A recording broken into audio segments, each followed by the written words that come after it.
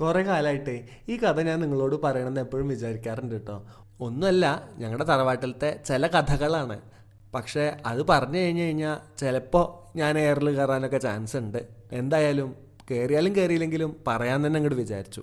ആദ്യം തന്നെ ഒരു ഡിസ്ക്ലെയിമർ തരാം. ഈ കഥ വലിയൊരു കഥയായതുകൊണ്ട് ഭാഗഭാഗങ്ങളായിട്ടാണ് വരിക. ഇതിലെ ദൈവികമായിട്ടുള്ള ചില കാര്യങ്ങളൊക്കെ ഓരോരുത്തരുടെ വിശ്വാസങ്ങളാണ്. അത് മാത്രമല്ലാതെ ഇതിൽ പറയണ ചില കാര്യങ്ങൾക്കൊന്നും വേണ്ടത്ര തെളിവുകളോ ഒന്നുമില്ല.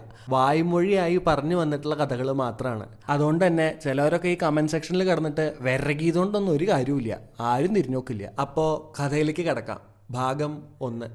മണിച്ചിത്രത്താഴ് സിനിമയിലെ ലളിതാമ്മ പറഞ്ഞാലെന്തി 100-200 വർഷങ്ങൾക്ക് മുമ്പാട്ടോ. അന്ന് ഞങ്ങളുടെ തറവാട്ടിലുണ്ടായിരുന്നു 2 കാരണവന്മാർ, രാമൻ എന്നും കൃഷ്ണൻ എന്നും പേര്. ഞങ്ങളുടെ തറവാട്ടിൽ ജനിച്ചിട്ടുള്ള ആൺകുട്ടികൾക്കൊക്കെ ആദ്യം അവരുടെ പേരാടുക. അതുകൊണ്ട് എൻ്റെ ആദ്യത്തെ പേര് അനന്തൻ എന്നല്ല, രാമൻ എന്നാണ്. ഞാൻ ജനിച്ചിട്ട് 6ാം നാൾ അപ്പൂസ് ജനിച്ചു.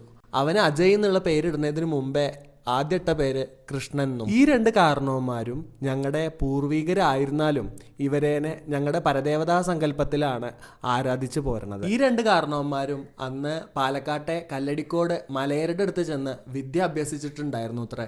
തിരിച്ചവരെങ്ങനെ വന്നതെന്നൊക്കെ അടുത്ത ഭാഗത്തിൽ പറയാട്ടോ. എന്നാ അപ്പം എന്തായാലും അവിടെ ഇരിക്കട്ടെ. അപ്പം എന്നാൽ ശരി, പോയിട്ട് പണിയുണ്ട്.